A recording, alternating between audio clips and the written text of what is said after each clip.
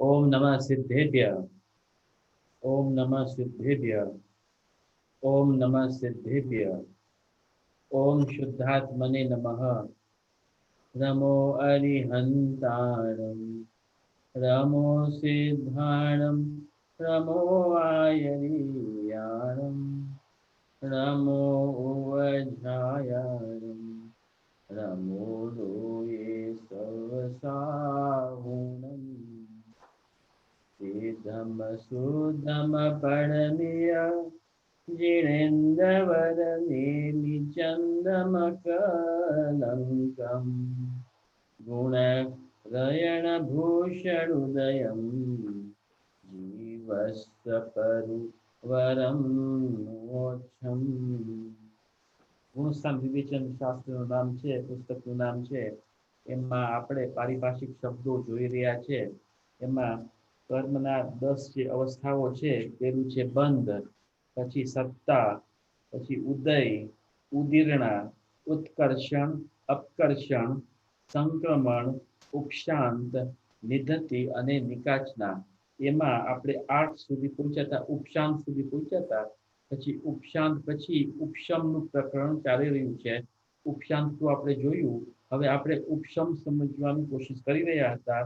એમાં આપણે જોયું કે ઉપશમ જે છે, ઉપશમનો સામાન્ય અર્થ છે દબાવીને આગળ જવું, એને ઉપશમ કહેવામાં આવે છે. તો એમને સામાન્ય પરિભાષા તો એ છે કે જીવના વિશેષ પરિણામ છે, વિશુદ્ધિ છે. એને કારણે કર્મ પ્રકૃતિ જે છે એ પોતે પોતાનો અનુભાગ એટલે ફલ પ્રદાન શક્તિ જે છે એ પ્રગટ ન થવું, દબાઈ રહેવું, તેને ઉપશમ કહેવામાં આવે છે. તો આ ઉપશમ છે એ માત્ર મોહનીય કર્મમાં થાય છે, દર્શન મોહનીયમાં પણ થાય છે અને ચારિત્ર મોહનીય કર્મમાં પણ થાય છે. જે દર્શન મોહનીય કર્મમાં થાય છે એને પ્રશસ્ત ઉપશમ કહેવામાં આવે છે. અને જે ચારિત્ર મોહનીય એટલે અનંતાનુબંધી ક્રોધમાન માયા લોભમાં થાય છે એને અપ્રશસ્ત ઉપશમ કહેવામાં આવે છે. આપણે એ પણ જોયું હતું કે જ્યારે અનાદિ મિથ્યા દ્રષ્ટિ જીવ છે એ પહેલી વાર સમ્યક દર્શન પામે છે, એનું નામ પ્રથમોપશમ સમ્યક દર્શન છે. પ્રથમોપશમ સમ્યક દર્શન છે. તો એમાં 5 પ્રકૃતિઓ મૂળ છે કે જેના અભાવથી સમ્યક દર્શનની પ્રાપ્તિ થાય છે. એક તો છે મિથ્યાત્વ, એક દર્શન મોહનીનો ભેદ છે, અને ચારિત્ર મોહનીનો ભેદ જે અનંતાનુબંધી ક્રોધ માન માયા લોભ. તો આ પ્રમાણે આ 5 પ્રકૃતિઓનો અનુદય થાય એટલે ફળ દેવા તો તૈયાર હતા, પણ જીવના વિશેષ પરિણામથી એમનું ફળ દબાઈ ગયું, એટલે ઉદય પ્રગટ ન થયો. ત્યારે જીવ પ્રથમોપશમ સમ્યક્ત્વને પામે છે. આપણે એ પણ જોયું કે દર્શન મોહનીય જે છે એમાં શું થાય છે, દર્શન મોહનીયમાં પણ મિથ્યાત્વમાં શું થાય છે, મિથ્યાત્વ કર્મ છે. જ્યારે જીવ સમ્યક દર્શન પામે છે એના પહેલા 3 કરણ પરિણામ કરે છે: અધઃપ્રવતકરણ, અપૂર્વકરણ અને અનિવૃત્તિકરણ. તો આ 3 કરણ પરિણામ કરીને પછી એટલે જ્યારે જીવ 3 કરણ પરિણામ કરે છે ત્યારે મિથ્યાત્વ એટલે દર્શન મોહનીય કર્મમાં શું થાય છે, તો એમાં અંતર પડે છે, ગેપ પડે છે. એટલે આપણે જોયું હતું કે અમુક પરમાણુ ઉપર વહી જાય છે, અમુક પરમાણુ નીચે વહી જાય છે અને વચ્ચે ગેપ તૈયાર થાય છે. તો જીવ જ્યારે ગેપમાં આવે છે ત્યારે જીવને પ્રથમોપશમ સમ્યક્ત્વ થાય છે. કારણ કે ગેપનો અર્થ જ એ છે કે દર્શન મોહનીય કર્મની જે નિષેક હતા એ તો કાં તો ઉપર ચાલ્યા ગયા, કાં તો નીચે ચાલ્યા ગયા.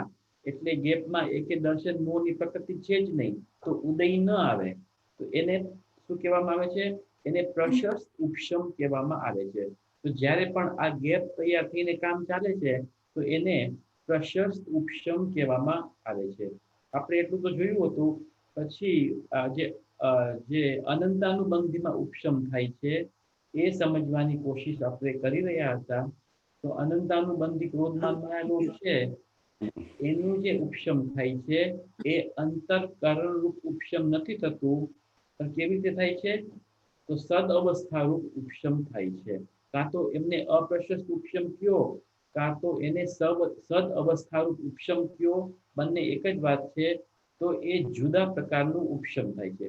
જુદા પ્રકારનું ઉપશમ થાય છે એનો અર્થ શું છે કે એ પેલા તો ફળ દેવાના હતા, પણ જીવના વિશુદ્ધ પરિણામથી, ત્રણ કરણ પરિણામથી શું થાય છે કે જીવને જ્યારે સમ્યક દર્શનની તૈયારી થાય છે ત્યારે એ અનંતાનુબંધી ક્રોધમાનમાં લોભ પણ ફળ દેવાને અલાયક થઈ જાય છે, ફળ નથી લઈ શકતા.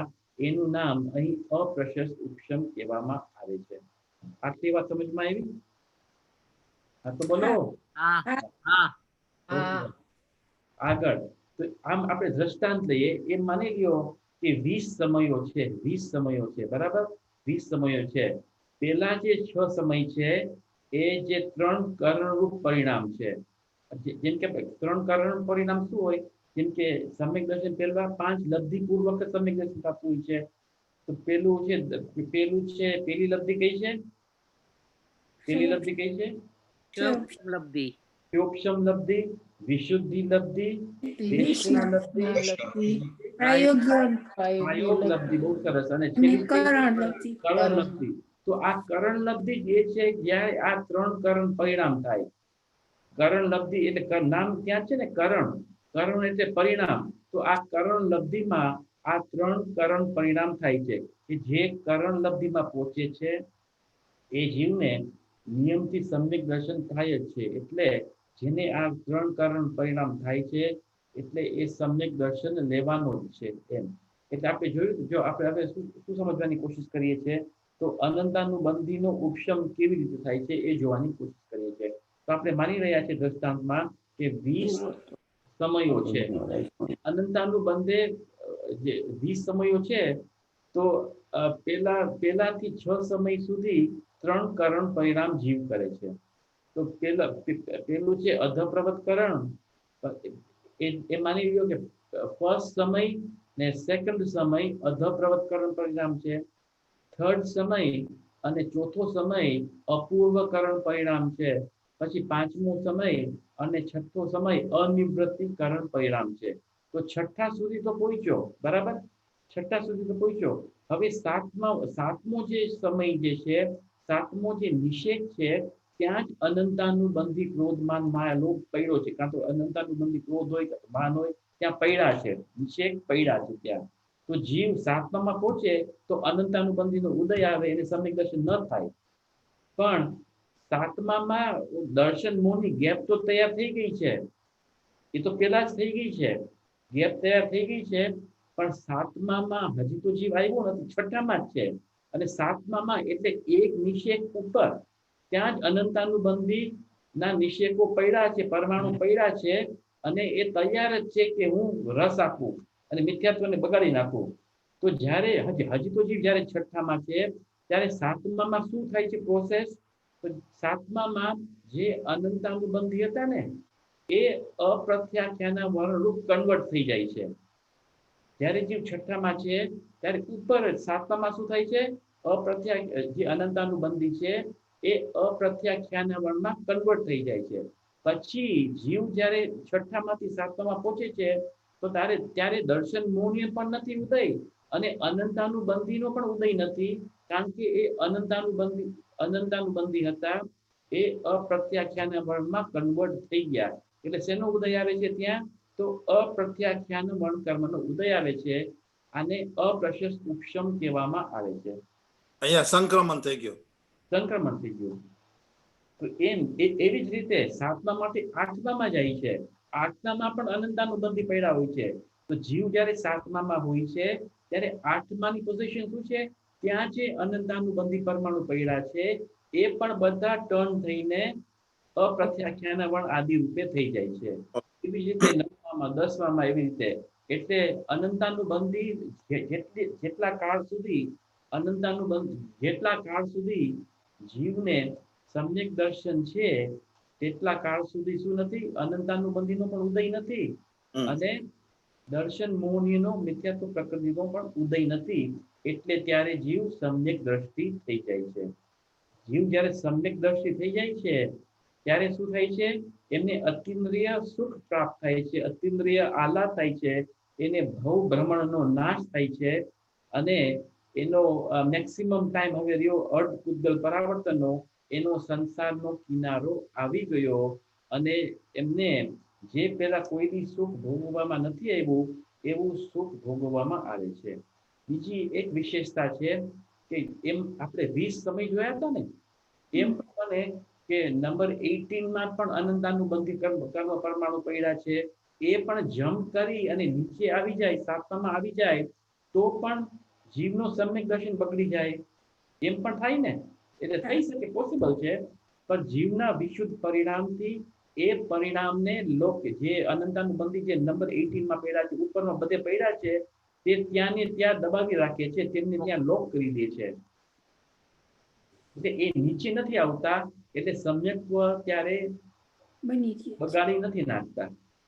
એટલે તો- બંને પ્રકાર સમજવું. એટલે જો સાતમામાં હતા એ કન્વર્ટ થઈ જાય છે, ઉપરના જે અનંતાનુબંધી પડ્યા છે એ ત્યાં ને ત્યાં ફિક્સ રહે છે, એ નીચે ઉદયાવલીમાં નથી આવી શકતા અને જીવનું સમ્યક દર્શન નથી બગાડી શકતા. એટલે બંને રૂપે અનંતાનુબંધીનો ઉદય આવી નથી શકતો, કાં તો છે ઉપરના નીચે કુપાથી નથી આવી શકતો, અને જે ઉપર જ પડ્યા છે એ કન્વર્ટ થઈને ઉદયમાં આવે છે.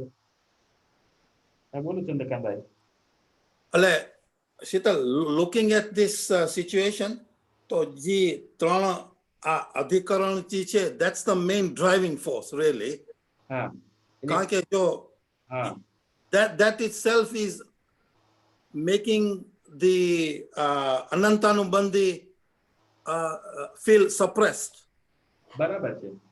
કારણ કે જો એ ત્યાં આગળ જો ના થાય તો પછી આગળ જે અનંતાનુબંધી છે એ તો એનું ઉદય પણ ચાલુ છે ત્યાં આગળ, બરાબર ને?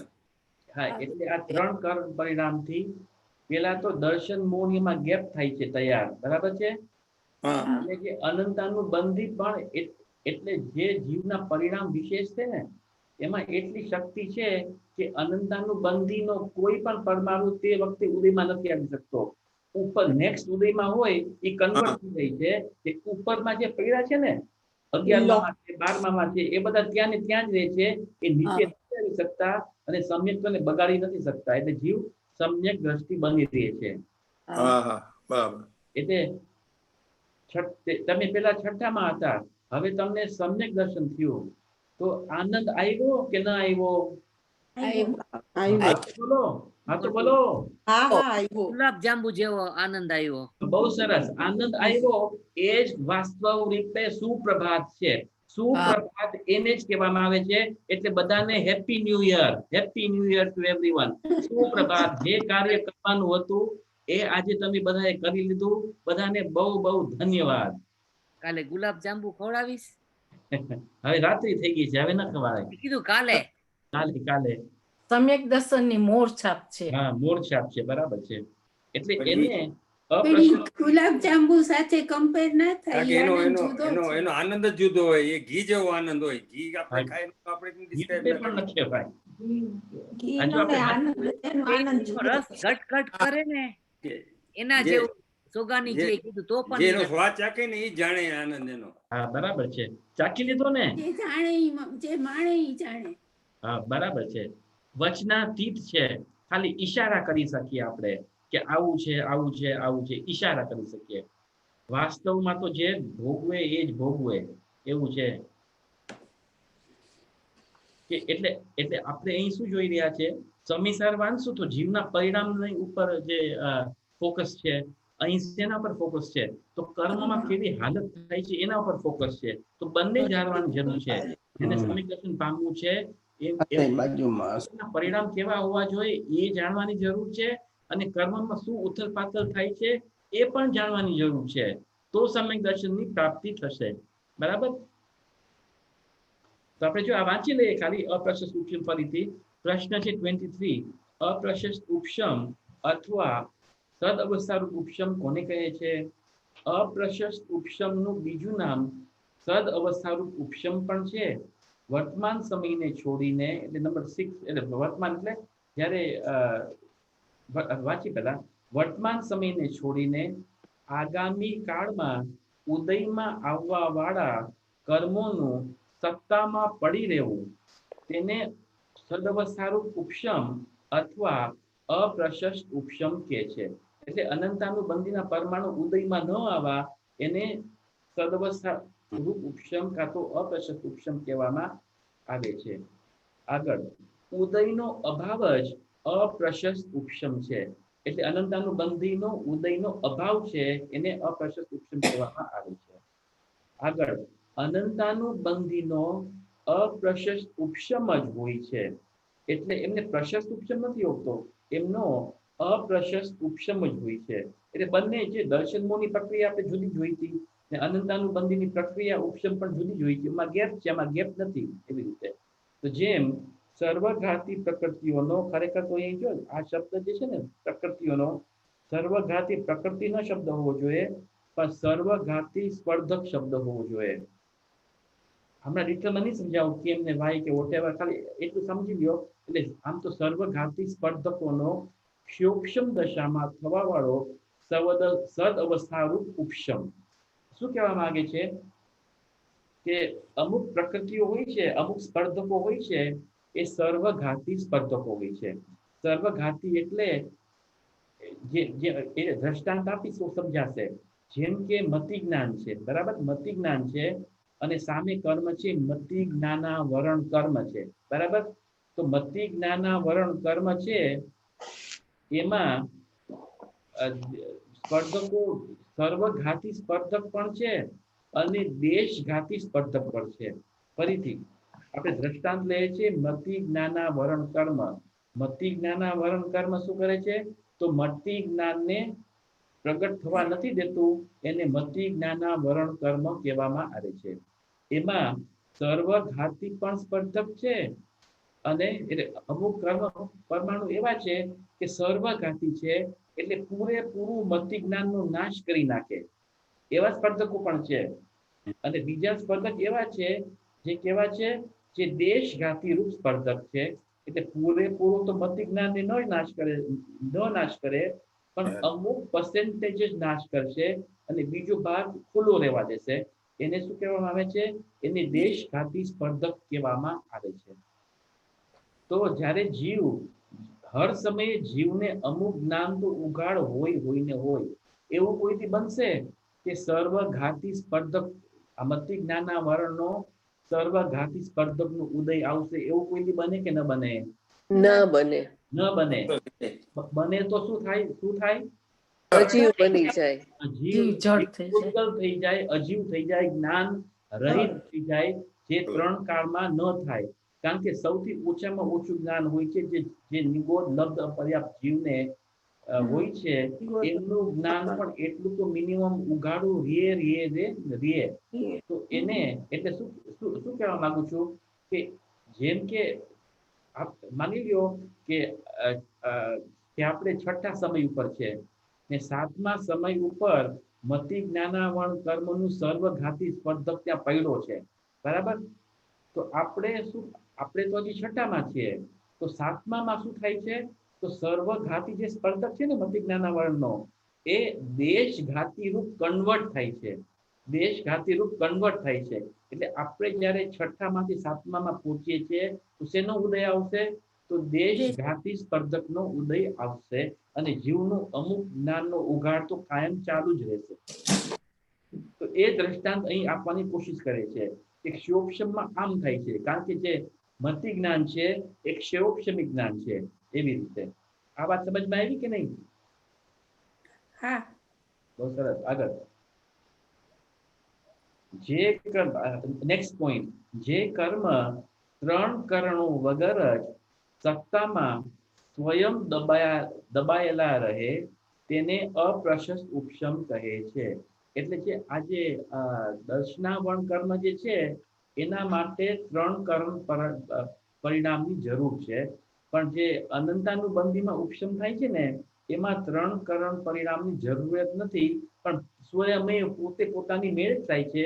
કારણ કે જીવના અહીંયા વિશિષ્ટ પરિણામ ત્યાં પોતાની મેળે જ આવી રીતે ઉપશમ પામે છે. એ જ વાત પાછી વાંચીએ. એ કર્મ ત્રણ કરણો વગર જ સત્તામાં સ્વયં દબાયેલા રહે છે તેને અપ્રશસ્ત ઉપશમ કહે છે. આગળ, સમ્યક દર્શનના સમયે જે ત્રણ કરણ હોય છે તે દર્શન મોહનીય કર્મના ઉપશમને લીધે થાય છે. અનંતાનુબંધી કશાયને દબાવવા માટે નહીં. એટલે જે 3 કરણ છે ને, વાસ્તવ રીતે શું કરે છે? વાસ્તવ રીતે તો એ દર્શન મોહનીયમાં જ અંતરકરણ કરે છે, ગેપ તૈયાર કરે છે. અને અનંતાનુબંધીમાં તો ખરે 3 કરણ પરિણામ કાંઈ નથી કરતા, એ સ્વયમેવ થાય છે, છતાં પણ એ જીવના વિશેષ પરિણામથી જ થાય છે. પરંતુ અનંતાનુબંધીનો સદ અવસ્થારૂપ અપ્રશસ્ત ઉપશમ સ્વયં થાય છે. એટલે આ ઉપશમનો અહીં પ્રકરણ પૂરું થાય છે. આ ઉપશમનો જે પ્રકરણ છે સૌથી મોસ્ટ ડિફિકલ્ટ છે. મોસ્ટ ડિફિકલ્ટ હતું, બીજું બાકી તો બધું સહેલું છે. તો આમાં જેને સમજમાં કઈ ન આવે, કોઈને કઈ પ્રશ્ન હોય તો પૂછી શકે છે, નહીંતર આપણે આગળ વધશું. હા શીતલ, આપણે આ ઓપ્શનની ઘણી વાત કરી, તો એ આપણા 10 અવસ્થામાં કેમ નથી લીધો? એ મને નથી ખબર કેમ નથી લીધું. કારણ કે નંબર 8 ઇઝ ઉપશાંત. ઉપશાંત છે પણ ઉપશમ નથી, કારણ કે ક્ષય પણ નથી લીધું. ક્ષય પણ ક્યાં છે 10માં? ક્ષય પણ નથી. એટલે ઘણા બધા કર્મોના પ્રોસેસીસ નથી એમાં. કારણ કે 10 કર્મની અવસ્થાઓમાં અમુક પ્રોસેસીસ લીધા છે. આ નથી, કારણ કે જે ઉપશમ પ્રોસેસ બહુ ઇમ્પોર્ટન્ટ પ્રોસેસ છે. હું મારી રીતે કહું છું, કે વાંચવામાં તો નથી આવ્યું. આ ઉપશમ પ્રોસેસ બહુ ઇમ્પોર્ટન્ટ પ્રોસેસ છે. ક્ષય પ્રોસેસ છે એ પણ બહુ ઇમ્પોર્ટન્ટ પ્રોસેસ છે. શોક્ષમ પણ ક્યાં છે અંદર 10 કરણમાં? શોક્ષમ પણ નથી. એટલે આ 10 કરણમાં શોક્ષમ પણ નથી આવતો, ઉપશમ પણ નથી આવતો, ક્ષય પણ નથી આવતો. કારણ કે આ બધા ઇન્ડિપેન્ડન્ટ ઇમ્પોર્ટન્ટ પ્રોસેસીસ છે. એટલે ઓકે, બીજો કોઈને કઈ પ્રશ્ન હોય તો પૂછી શકે છે, નહીતર આપણે નિધતિ ઉપર જાશું આપણે. તો આગળ પ્રશ્ન 24, નિધતિ કોને કહે છે? જો આ 2 કર્મો જે છે ને, છેલ્લા 2, હવે આપણે કેટલા જોયા હમણાં સુધી? 8 જોયા ને. પહેલા તો કયું હતું? બંધ. પછી કયું હતું? નંબર 2 બંધ. પછી સત્તા. નંબર 3 ઉદય ઉદય. પછી ઉદીર્ણા ઉત્કર્ષણ, પછી અપકર્ષણ પછી સંક્રમણ 8મો ઉપશાંત. બહુ સરસ. તો આ નંબર 9 છે, નિધતિ કોને કહે છે? તો બંને સાથે છે, નિધતિ અને નિકાચિત. આ 2 કર્મો એવા છે કે બધા આનાથી ડરે છે કે મેં એવા ચીકણા પાપ કર્યા છે કે મારે ભોગવ જ છૂટકો. હવે મેં ચીકણા પાપ કર્યા છે તો ભોગવ્યા વિના છૂટવાનો રસ્તો છે કે નહીં, એ બધાને ડર છે. કે ચીકણા પાપ છે એને નિધતિ નિકાચિત કહેવામાં આવે છે. તો આપણે એને જોઈ રહ્યા છીએ. જો નિધતિ તેને કહેવાય અને નિકાચિત કોને કહેવાય? તો નિધતિ કોને કહે છે? સંક્રમણ અને ઉદીર્ણા અને અયોગ્ય પ્રકૃતિઓને નિધતિ કહે છે. એટલે નિધતિ કર્મ એવા છે કે જેમાં સંક્રમણ નથી થતા, અને શું નથી થતું? બીજું ઉદીર્ણા પણ નથી. સંક્રમણ નથી થતું અને ઉદીર્ણા પણ નથી થતું. ને આપણે જોશું નિકાચિત જે કર્મ છે એમાં સંક્રમણ પણ નથી થતું, ઉદીર્ણા પણ નથી થતું, અને ઉત્કર્ષણ અને અપકર્ષણ પણ નથી થતું. એ નિકાચિત છે. અને નિધતિમાં શું છે? તો સંક્રમણ નથી. એટલે જે રીતે આપણે અસાતા વેદનીય કર્મ બાંધ્યા હોય, અસાતના વેદનીય, તો એ કોઈ દી સાતા રૂપે ન થાય. એ અસાતા રૂપે જ આપણે બાંધવા પડશે, ભોગવવા પડશે. એટલે એને નિધતિ કહે છે. ખૂબ અસાતા વેદનીય કર્મ બાંધ્યા આપણે માનો તો જેટલા પણ જીવ શુદ્ધ પરિણામ કરશે, વિશુદ્ધ પરિણામ કરશે, તો એનાથી પણ એ અસાતા વેદનીય જે અનુભાગ બંધ થયો એ સાતા રૂપે નહીં કન્વર્ટ થાય. એ પ્રકૃતિ અસાતા જ રહેશે. સાતા કોઈ દી નહીં. ગમે તેટલા વિશુદ્ધ પરિણામ કરો તો પણ અસાતા એ અસાતા જ રહેશે. એટલે એમાં સંક્રમણ નહીં થાય. નિધતિમાં સંક્રમણ નહીં થાય. બીજું શું નહીં થાય? ઉદીર્ણા નહીં થાય. ઘણી વાર એવું થાય કે તરત ઉદયમાં આવી જાય, નીચે પડી અને ઉદયમાં આવી જાય, એને ઉદીર્ણા કહે છે. તો એનું ઉદીર્ણા પણ નહીં થાય. એટલે એમને ભવિષ્ય કાળમાં તમને ભોગવવા જ પડશે. એને નિધતિ કહેવામાં આવે છે. આટલી વાત સમજમાં આવી કે નહીં? તો નિધતિમાં સંક્રમણ નથી અને ઉદીર્ણા નથી. આ બે વાત નથી. નિધતિમાં શું નથી? તો સંક્રમણ અને ઉદીર્ણ. પણ નથી અને ઉદીર્ણા એટલે ઉપરથી આવી અને ઉદયાવલીમાં પણ નથી આવતા. એને નિધતિ કહેવામાં આવે છે. આ વાત સમજ આવી? તો આગળ વધીએ. હા. આગળ નિકાચિત કોને કહે છે? નિકાચિત કોને કહે છે? તો નિકાચિતમાં સંક્રમણ, ઉદીર્ણા, ઉત્કર્ષણ તથા અપકર્ષણને અયોગ્ય પ્રકૃતિઓને નિકાચિત કહે છે. એટલે શું થાય કે આમાં સંક્રમણ પણ નથી. આ પણ જેમ કે આપણે અસારતા ભેદની બાંધી છે, તો આ પણ જેટલા પણ જીવના વિશુદ્ધ પરિણામ હોય તો પણ અસારતા રૂપ જ રહેશે. એમાં સંક્રમણ નહીં થાય, સારતા રૂપે કોઈ દી નહીં થાય. એમની ઉદીર્ણા પણ નહીં થાય, એનું ઉત્કર્ષણ અપકર્ષણ પણ નહીં થાય. એટલે એમની સ્થિતિ વધશે પણ નહીં, એમની સ્થિતિ ઘટશે પણ નહીં. એટલે નિકાચિત કર્મ કેવા છે કે જે સમયમાં છે ત્યાં જ એ ફિક્સ છે. સંક્રમણ પ્રોસેસ પણ નથી. એટલે અસારતા ભેદનીય અસારતા રૂપ જ રહેશે અને એમની ઉદીર્ણા એટલે વેલો ઉદય પણ નહીં થાય અને એમના નિષેક ઉપર પણ નહીં જાય, નીચે પણ નહીં જાય. જે સમયમાં જે છે તે સમયમાં તે રૂપે જેને ભોગવા પડે તેને નિકાચિત કહેવામાં આવે છે. એટલે ભોગવ્યા વિના છૂટકો નહીં થાય એવા આ નિધતિ અને નિકાચિત કર્મ છે. તો આ નિધતિ અને નિકાચિત કર્મ કેવા છે? પાપરૂપ છે કે પુણ્યરૂપ છે? બોલો. બંને. બહુ સરસ. બંને છે. પુણ્યરૂપ પણ છે, પાપરૂપ પણ છે. પુણ્યનો કેવી રીતે એક્ઝામ્પલ આપશો તમે? કયો એક્ઝામ્પલ આવશે પુણ્યમાં? તીર્થંકર નામકર્મ પ્રકૃતિ. હા, તીર્થંકર નામકર્મ. તીર્થંકર નામકર્મ એટલે જે તીર્થંકર નામકર્મ એટલે તીર્થંકર પ્રકૃતિનો બંધ છે. એ પણ નિધતિ નિકાચિતનો જ પ્રકાર છે. કારણ કે એનો ઉદય ભોગવે છૂટકો ઉદય તો આવવાનો જ છે. એમ ખરેખર તીર્થંકર નામકર્મ ન લેવાય. આગળ આપણે ખુલાસો કરશું કેમ ન લેવાય. આગળ ખુલાસો કરશું. બીજો એક દ્રષ્ટાંત આપો. તીર્થંકરથી ચક્રવર્તી. હા, ચક્રવર્તી. બહુ સરસ. ચક્રવર્તી જે છે એમને 96,000 રાણીઓ સાથે લગ્ન કરવા જ પડશે. ભલે ને તે શાહી સમ્યક દ્રષ્ટિ હોય. એનો એવો નિયોગ છે. શાસ્ત્રમાં એવું શબ્દો છે કે એવો એનો નિયોગ છે. એને દિગ્વિજય માટે પ્રસ્થાન કરવું જ પડશે. એમને 6 ખંડ જીતવા જ પડશે. એમને છૂટકો નથી. કારણ કે જો ચક્રવર્તી પેદા થયો હોય એ એમ કે વિચારે કે મારે તો ન દિગ્વિજય કરવો છે, બ્રહ્મચારી જ રહેવું છે, ન 96,000 રાણીઓ સાથે લગ્ન કરવું છે, ન મને 9 નિધિ જોઈએ છે, ન મને 14 રત્ન જોઈએ છે, મને કાંઈ જોતું જ નથી, મને તો જીન દીક્ષા જ અંગીકાર કરવી છે. તો એમ નહીં બની શકે. કારણ કે એવો એનો નિયોગ છે. ચક્રવર્તી જે પૂન બાંધા છે એ ફળ ભોગવે છૂટકો એવું છે. એમને દિગ્વિજય પર પણ જાણવું પડશે. 96,000 રાણીઓ સાથે લગ્ન પણ કરવા પડશે. 14 રત્નની પ્રાપ્તિ પણ થશે. એવો એનો નિયોગ છે.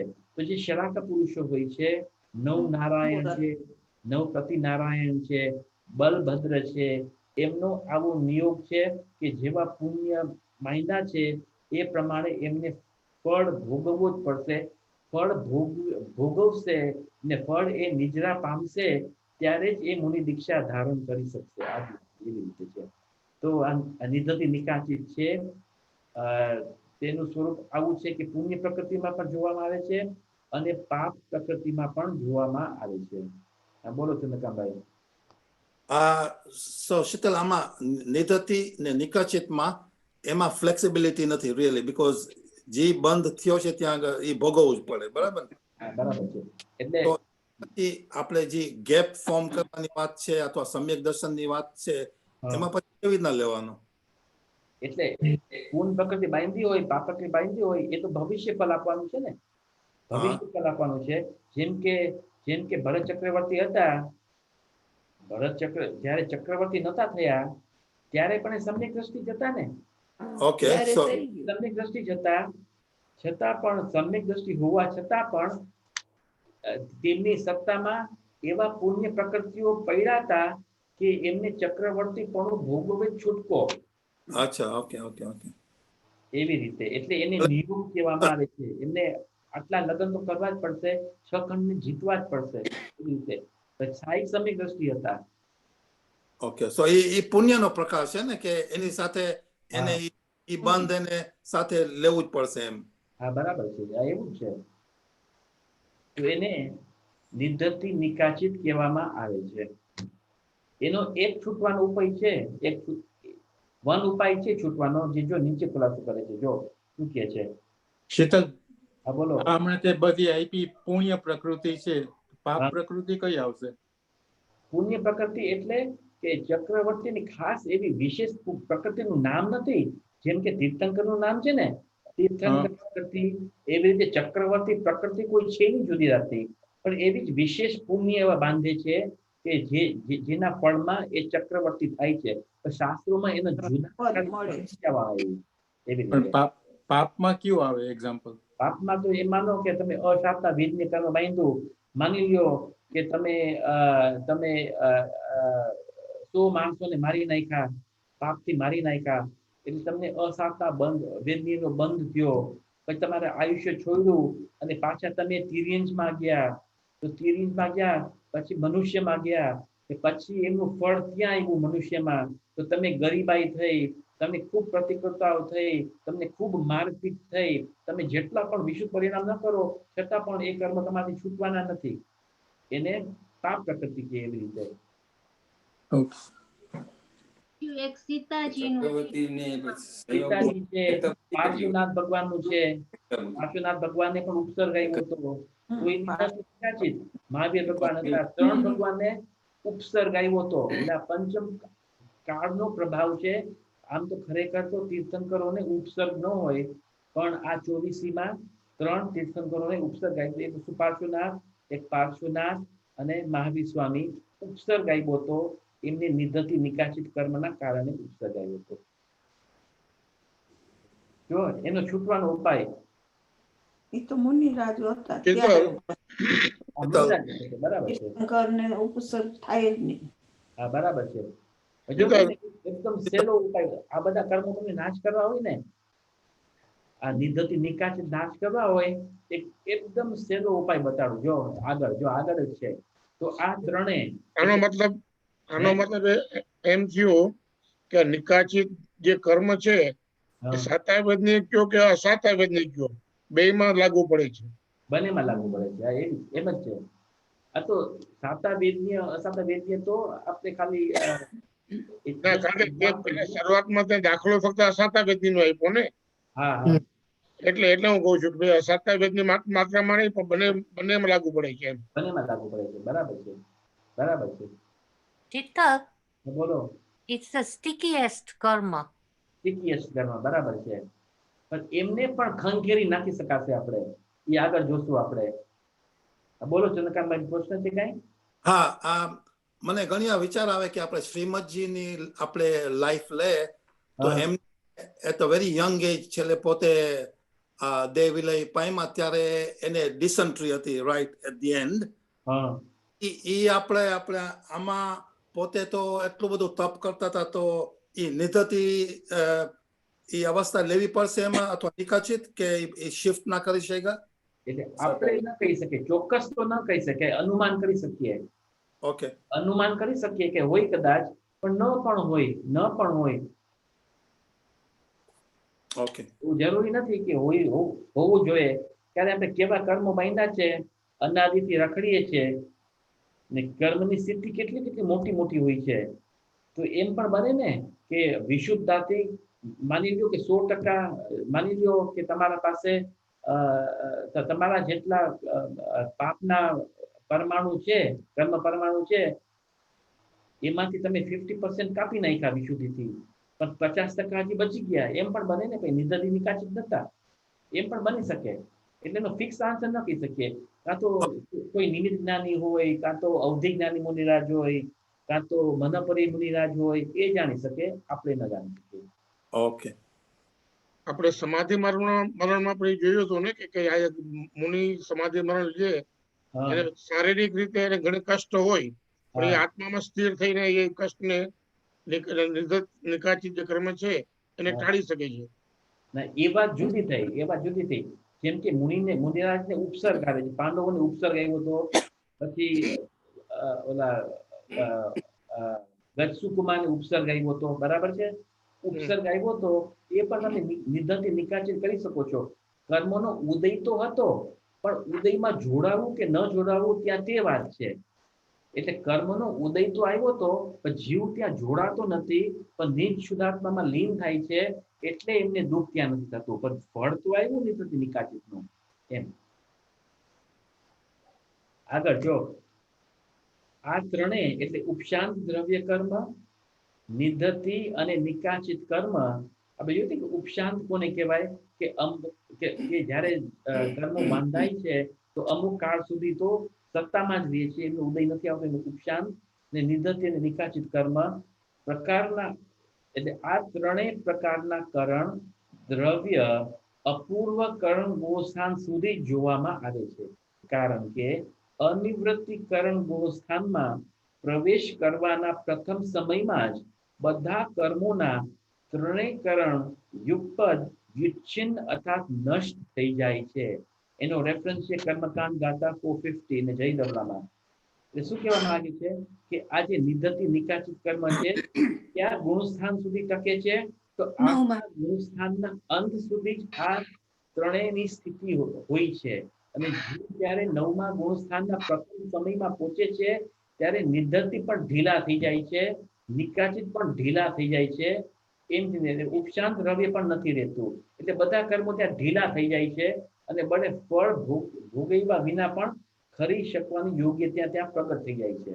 એવી રીતે એટલે શ્રેણી જ્યારે માંડે છે ત્યારે નિધતિ અને નિકાચિત રહેતા નથી, એ પણ વિચ્છિન્ન થઈ જાય છે, નષ્ટ થઈ જાય છે, એમ અહીં કહેવામાં આવે છે. આગળ પેલા કરી શકે. પ્રશ્ન 26 ઉદયાવલી કોને કહે છે? આ તો આપણે કરી લીધું છે. ઉદયાવલી કોને કહે છે? તેનો ઉત્તર વર્તમાન સમયથી. આ જે ઉદયાવલી શબ્દ છે ને, તો ક્યાંથી ગણવું? તો વર્તમાન સમયથી ગણવું. તો વર્તમાન સમયથી લઈને એક આવલી સુધીના કાળમાં ઉદયમાં આવવા યોગ્ય નિષેકોને ઉદયાવલી કહે છે. એટલે વર્તમાનમાં એક નિષેક છે, પછી બીજો નિષેક સેકન્ડ સમયમાં છે, ત્રીજો છે, એવી રીતે વર્તમાન કાળથી એક આવલી સુધી કાળ સુધીને ઉદયાવલી કહેવામાં આવે છે. આ જે ઉદય આવલી છે શબ્દ છે એ યુનિટ ઓફ ટાઈમ છે. આવલી એ યુનિટ ઓફ ટાઈમ છે. તો વર્તમાન કાળથી જેટલો આવલી પ્રમાણ સમયોના નિષેક છે એને ઉદયાવલી કહેવામાં આવે છે. એટલે ઉદયાવલી જે છે એમાં એક ઉદયાવલીમાં અસંખ્યાત સમયો હોય છે. અસંખ્યાત સમયો હોય છે. કેટલા અસંખ્યાત સમયો હોય છે? તો જગન્ય યુક્તા સંખ્યાત જેટલા સમયો એક આવલીમાં હોય છે. અને એક સેકન્ડમાં કેટલા આવલી હોય છે? એક સેકન્ડમાં તો લાખો કોડા કોડી આવલી એક સેકન્ડમાં હોય છે. તો એક કલાકમાં કેટલી આવલી હશે? એક કલાકમાં કેટલી આવલી હશે? તો લાખો કોડા કોડી આવલી હશે એક કલાકમાં. એક દિવસમાં કેટલી આવલી હશે? લાખો કરોડા કોડી. તો સંખ્યાત જ છે. 10,000 વર્ષમાં કેટલી આવલી હશે?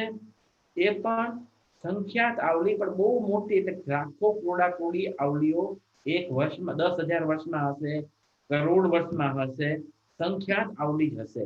પણ જે આ યુનિટ છે બહુ નાનું યુનિટ છે આવલી. એટલે આ ની વિશેષતા થી નાનો હે નેનો સેકન્ડ. આ નેનો સેકન્ડ. નેનો સેકન્ડ થી નેનો સેકન્ડમાં કેટલી આવલી છે? તો સંખ્યાત કોડા કોડી આવલી છે. પિકો સેકન્ડ જાઓ તો પિકો સેકન્ડમાં કેટલી આવલી છે? તો સંખ્યાત કોડા કોડી આવલી છે.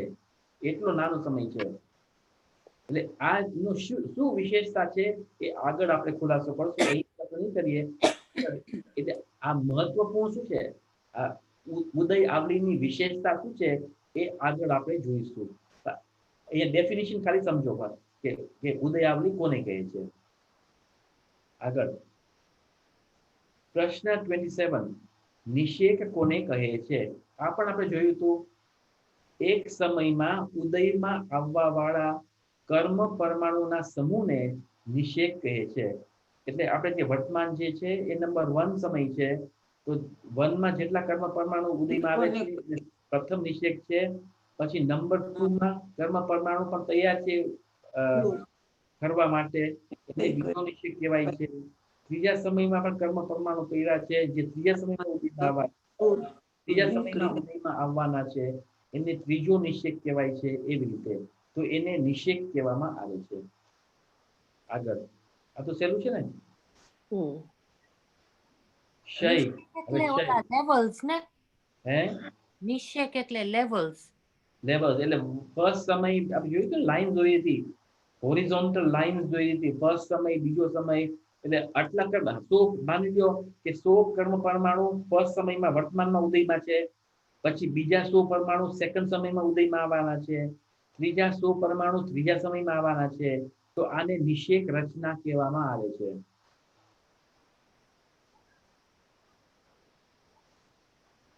પછી ક્ષય 28.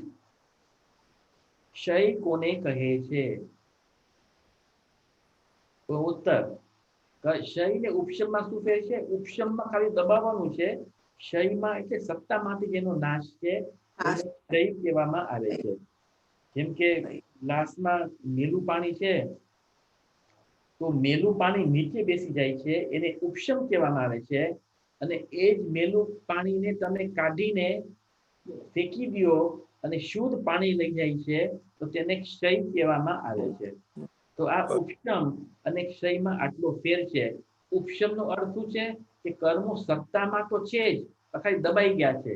જેમ કે મળ જે છે, પાણીનો મળ જે છે એ સત્તામાં તો છે જ, પણ દબાઈ ગયા છે, એને ઉપશમ કહેવામાં આવે છે. અને મૂળ સત્તામાંથી જ નાશ કરી નાખવો, એટલે એ જે મળ જે છે એને જ પાણીથી અલગ કરી દેવો, એને ક્ષય કહેવામાં આવે છે. તો આમાં પણ બહુ મોટું અંતર છે, ઉપશમ અને ક્ષય. તો ક્ષય ને નિજરા સેમ. હા, એટલે નિજરા ક્ષયથી જ થાય છે, ક્ષયથી પણ થાય છે. બે પ્રોસેસીસ જુદા જુદા છે. નિજરા માટે પ્રોસેસીસ જુદા છે. નિજરા ખરેખર શું બતાવે છે? સંખ્યા બતાવે છે કે કેટલા કર્મ પરમાણુ ઉદય આવે ને ફરી જાય છે.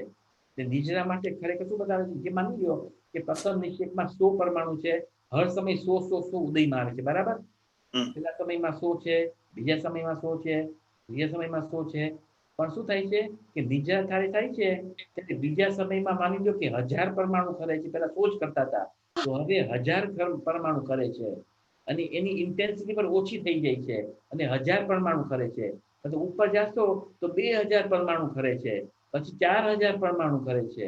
એને નિજરા કહેવામાં આવે છે.